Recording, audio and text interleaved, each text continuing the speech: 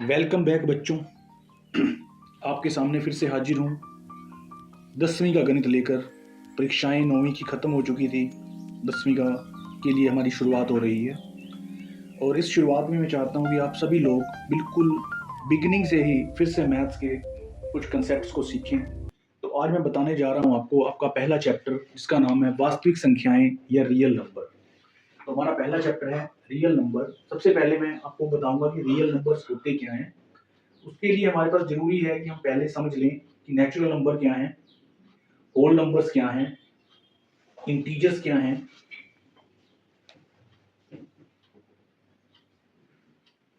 Integers के बाद rational numbers क्या हैं, इरेशनल्स क्या हैं। अगर हमें इन सभी नंबरों के बारे में पता लग जाता है तो हम कह सकते हैं कि हमें वास्तविक संख्याओं के बारे में भी सब पता चल जाएगा। तो नेचुरल नंबर जो है हमारे पास वो शुरू होते हैं 1 से, और एक एक के गैप पर जो आगे बढ़ रहे हैं और कभी भी खत्म नहीं होते हमारे कहलाते हैं नेचुरल नंबर्स। होल नंबर्स शुरू होते हैं 0 से और एक एक के गैप पे आगे चलते ले जाते हैं, तो ये भी खत्म नहीं होते हैं। नेचुरल को अगर हम हिंदी में बात करें तो कहा जाता है प्राकृत संख्याएं, होल को कहा जाता है पूर्ण संख्याएं, इंटीजर्स को कहा जाता है पूर्णांक, रैशनल नंबर्स हमारे होते हैं परिमेय संख्याएं, और इरैशनल नंबर्स होते हैं अपरिमेय संख्याएं। तो सबसे पहले मैंने आपको बताया कि नेचुरल नंबर्स क्या हैं। तो नेचुरल नंबर्स वो नंबर्स हैं जो बिल्कुल बिगिनिंग से शुरू हुए, एक से शुरू होते हैं, 1 2 3 और अप टू एन, जब तक गिनती है तब तक चलते रहेंगे, एक एक के गैप के साथ आगे बढ़ रहे हैं। होल नंबर या पूर्ण संख्याएं 0 से शुरू हो रही हैं और एक एक के गैप पर आगे बढ़ती चली जा रही हैं। इंटीजर्स जो हमारे हैं उसमें हमने क्या किया, सारे के सारे होल नंबर यानी कि पूर्ण संख्याएं ले ली हमने, और पूर्ण संख्याओं के साथ साथ हमने सभी नेचुरल नंबर्स के नेगेटिव नंबर भी ले लिए, यानी कि -1 -2 -3 इस दिशा में चल पड़े हमारे, इधर भी जा रहे हैं और नंबर इधर भी जा रहे हैं और बीच में हमारा 0 आ रहा है। तो ये हमारे पूर्णांक या इंटीजर्स होते हैं। उसके बाद आता है परिमेय संख्याएं। परिमेय संख्याएं वो होती हैं जो p बटा क्यू की फॉर्मेट में होती हैं, लेकिन क्यू 0 नहीं होता है। और क्यू और p ये हमने कहां से उठाए, ये हमारे हैं इंटीजर्स। p और q हमारे पूर्णांक हैं, p और q पूर्णांक यानी कि इंटीजर्स हैं।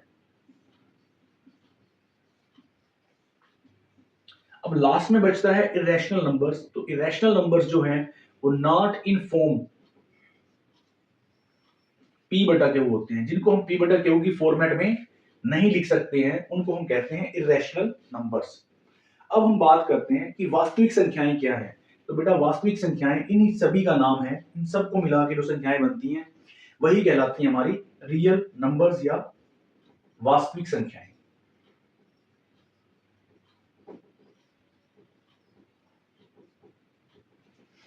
सारे नेचुरल, सारे होल नंबर्स, सारे इंटीजर्स, सारे रैशनल्स और सारे इरेशनल्स। अब मैं आपको बताता हूं कि एक सिंबल है n, जिससे हम नेचुरल नंबर्स को नोटेशन देते हैं। फिर होल नंबर्स को हम w से नोटेशन देते हैं। इंटीजर्स में एक जैवलिन शब्द होता है जिसके लिए इसको हम z शब्द के साथ नोटेशन देते हैं। रैशनल नंबरों को हम क्वोशंट भी कहते हैं, इसलिए इनको हम q सिंबल देते हैं। और फिर इरेशनल जो नंबर्स हैं उनको हम i के साथ नोटेशन देते हैं। तो हमारे पास natural, whole, integers, rational, irrational numbers हैं। और फिर हमारे पास आगे सारे रियल नंबर्स, रियल नंबर के सेट को r से नोटेशन दी जाती है। तो अभी हमने सिर्फ देखा है कि कौन से नंबरों को क्या नाम दिया गया और क्या नोटेशन दी गई है। इसके बाद हम बढ़ते हैं थोड़ा सा आगे। इसके बाद हमारा कंसेप्ट आता है पहले चैप्टर वास्तविक संख्याओं में कि फंडामेंटल थ्योरम ऑफ अरिथमेटिक क्या है। तो फंडामेंटल थ्योरम ऑफ अरिथमेटिक कह लें या अंक गणित की आधारभूत प्रमेय कह लें। इसमें यह आता है कि प्रत्येक भाज्य संख्या को, प्रत्येक भाज्य संख्या, अब भाज्य संख्या का मतलब है हमारे पास कंपोजिट नंबर, कि जितने भी कंपोजिट नंबर्स हैं प्रत्येक भाज्य संख्या को अभाज्य संख्याओं के गुणनफल में एक्सप्रेस किया जा सकता है।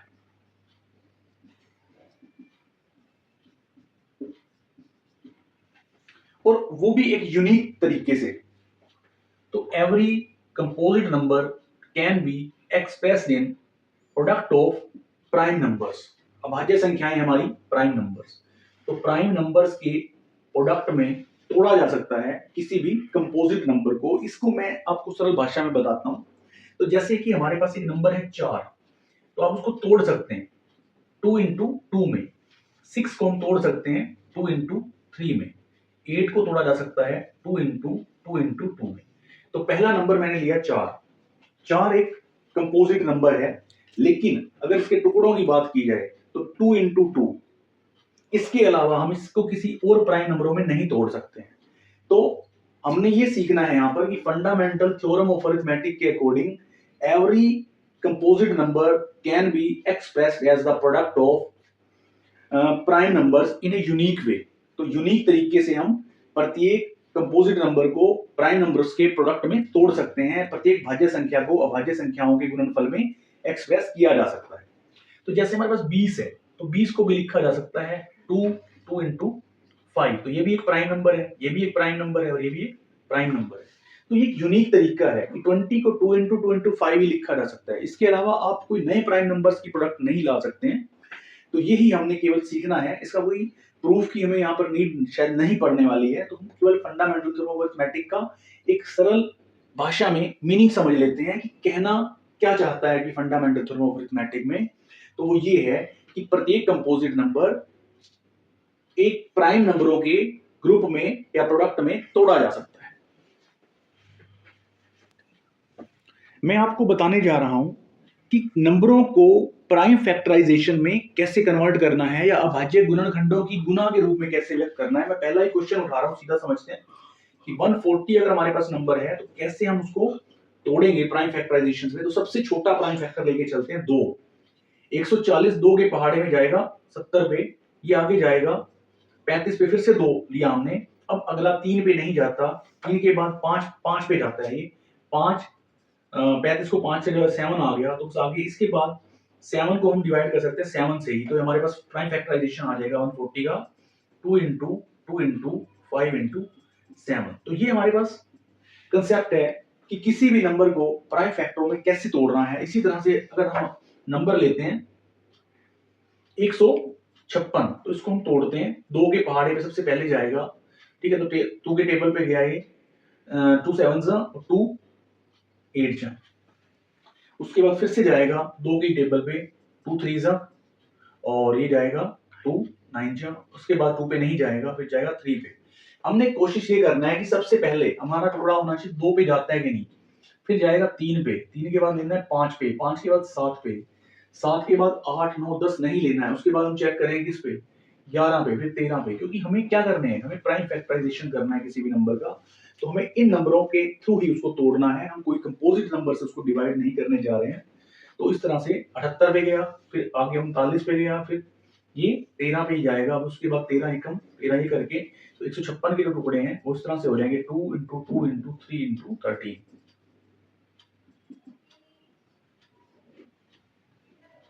12 और 13 की मल्टीप्लाई 156। तो ये प्राइम फैक्टराइजेशन हो जाएगा किसी भी संख्या का। उम्मीद करता हूं आपको ये समझ में आ गया होगा। नेक्स्ट कंसेप्ट लेके चल रहे हैं कि जब हमें प्राइम फैक्टराइजेशन करना आ गया, तो उसके पश्चात अगर हमारे पास 2 नंबर हैं तो उनका HCF और LCM कैसे निकालें। तो HCF जो है वो होता है हाईएस्ट कॉमन फैक्टर, यानी कि महत्तम समापवर्तक, और LCM का मतलब होता है लीस्ट कॉमन मल्टीपल, लघुत्तम समापवर्तक। तो 26 की जो प्राइम फैक्टराइजेशन है वही बनते हैं 2 और 13। तो 26 को लिख दिया हमने 2 और 13 की मल्टीप्लाई में। अब 91 को लिख सकते हैं हम, 3 के टेबल पे जाएगा, सॉरी 7 के टेबल पे जाएगा, उससे पहले किसी टेबल पे नहीं जाने वाला है। इसकी प्राइम फैक्टराइजेशन आ जाएगी 7 और 13। तो यहां पर हमें देखना है कि दोनों का कॉमन फैक्टर क्या है। तो कॉमन फैक्टर हमारे पास आ रहा है 13। इससे बड़ा कोई कॉमन फैक्टर यहाँ नहीं आता, तो HCF की वैल्यू आ जाएगी 13। और अगर हम बात करें LCM की, तो यहाँ पर 2 एक बार है, इसको उठाना पड़ेगा। 2 को भी 7 को भी 13 दोनों में एक एक बार है। LCM लेते वक्त प्राइम फैक्टराइजेशन की मैक्सिमम पावर को लेना होता है, और HCF के दौरान प्राइम फैक्टराइजेशन की जो कॉमन वैल्यू है जो दोनों में मौजूद है, बड़े से बड़ा, उसको ही लेना होता है। तो एक और एग्जांपल से हम इसको थोड़ा सा समझने की कोशिश करेंगे। तो यहां तक तो HCF 13 और LCM आएगा 2 गुना 7 गुना 13। तो एक क्वेश्चन और ले लेते हैं। फैक्टराइजेशन के बाद HCF और LCM का ये एग्जांपल आपको बिल्कुल क्लियर कर देगा कि किस तरह से HCF निकलेगा और किस तरह से LCM निकलेगा, क्या कंसेप्ट है, क्या ट्रिक यूज करनी है HCF और LCM निकालने में। तो 12 में मैंने प्राइम फैक्टराइजेशन करा 2 इंटू 2 इंटू 3, इसको लिखा 2 इंटू 2 इंटू 3 यानी कि 2 की पावर 2 और 3 की पावर 1। 18 को लिया, 18 को लिखा 2 इंटू 3 इंटू 3 यानी कि 2 की पावर 1 और 3 की पावर 2। अब बात करते हैं कि HCF में इस पावर का क्या कंसेप्ट यूज होगा और LCM में क्या यूज होगा। जब हम बात करते हैं HCF निकालने की, तो दोनों में ये देखो कि लीस्ट पावर वाली वैल्यू कौन सी है। तो यहाँ पे 2 की पावर 2 है और यहाँ 2 की पावर 1 है, तो क्या उठाया, जो कम पावर वाला था वो उठाया। 3 की पावर 1 है, यहाँ पर 3 की पावर 2 है, तो यहाँ पर भी क्या किया, 3 की पावर कम वाला उठा लिया। तो HCF में हमें उन फैक्टरों को लेना है दोनों में जो कॉमन है और लेकिन उनमें से जो कम पावर है उसको ले लेना है। LCM के दौरान इसका उल्टा करना है, जिसकी पावर ज्यादा होगी, 2 की पावर यहाँ 1 है और यहाँ 2 है, तो उठाया किसको गया, 2 की पावर 2 को। और 3 की पावर ऊपर 1 है नीचे 2 है, उठाया किसको गया, 3 की पावर 2 को। तो HCF आ जाएगा 2 इंटू 3 6 और यहाँ पर आ जाएगा 4 इंटू 9 यानी कि 36। तो मेरे ख्याल से आपको ये जो एग्जांपल है ये क्लियर कर देगा कि आपको HCF और LCM कैसे निकालने हैं फैक्टराइजेशन के दौरान। फिर से रिपीट कर रहा हूं, HCF में उठानी है कॉमन लीस्ट पावर है, यहाँ पर जो कम वाली पावर्स है वो उठानी है, और LCM के दौरान जो ज्यादा पावर्स हैं वो उठानी है।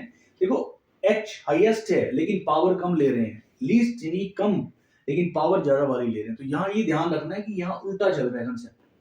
हाईएस्ट की बात करते हैं तो कम पावरें जो कॉमन में है वो उठा लेनी है, और LCM में जो ज्यादा पावर वाली है उनको उठा लेना है। नेक्स्ट एग्जांपल मैंने लिया है 3 नंबरों के HCF और LCM का, जहां पे मैंने नंबर लिए हैं 12, 15 और 21।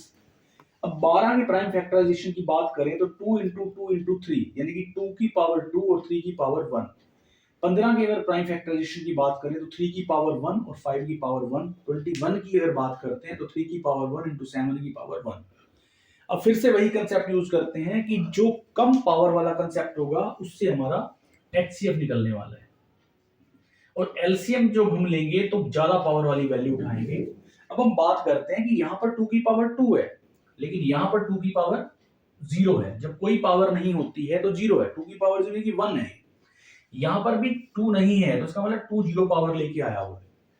यहाँ पर 3 तीनों में ही 1 पावर वाला है और यहाँ पे 5 नहीं है तो इसका मतलब है 5 की पावर 0 है। और अगर हम बात करें 7 की तो 7 की पावर भी 0 है, यहाँ पर भी 7 की पावर 0 है और यहाँ पे 5 की पावर 0 है। तो जब बात होगी HCF की तो HCF उठाते हैं, HCF में आएगा कम पावर वाला, 3 सब में कॉमन है तो ये हमारे पास आ रहा है एक तो 3। अगर हम बात करें 2 की पावर 2 की तो यहाँ पर 2 की पावर 2 है, यहाँ 0 है और यहाँ पे भी 0 है, तो कहने का मतलब हम 2 की 0 उठा लेंगे। 3 की पावर 1 उठाया, 2 की पावर 0 को उठा लिया। यहाँ पे अगर हम बात करें 5 की तो 5 की यहाँ 0 है, यहाँ 1 है और यहाँ 0 है, तो कौन सी उठाई जाएगी, 5 की पावर 0 यानी कि 1 उठाया जाएगा। तीसरे नंबर पे 7 की पावर यहाँ 0 है, यहाँ 0 है और यहाँ 5 है, सॉरी यहाँ पर 1 है, तो यहाँ पर भी उठाया जाए 7 की पावर 0। तो केवल हाईएस्ट कॉमन फैक्टर में 3 ही आएगा, बाकी सब वैल्यूज तो 1 है, यानी कि 3 ही हमारा हाईएस्ट कॉमन फैक्टर है। और नॉर्मली अगर हम ये सब नहीं करते तब भी हम देख सकते थे कि यहाँ पर 3 ही सभी के अंदर कॉमन आ रहा था। अब बात करते हैं LCM की, तो LCM में मैंने आपको बताया था कि जो ज्यादा पावर वाला होगा उसको ही हम बात करते हैं LCM की, तो हमें उठाना है ज्यादा पावर वाला कंसेप्ट। तो 2 की पावर 2 आएगा, 3 की पावर 1 आएगा, 5 की पावर 1 आएगा और साथ में 7 की पावर 1 आएगा।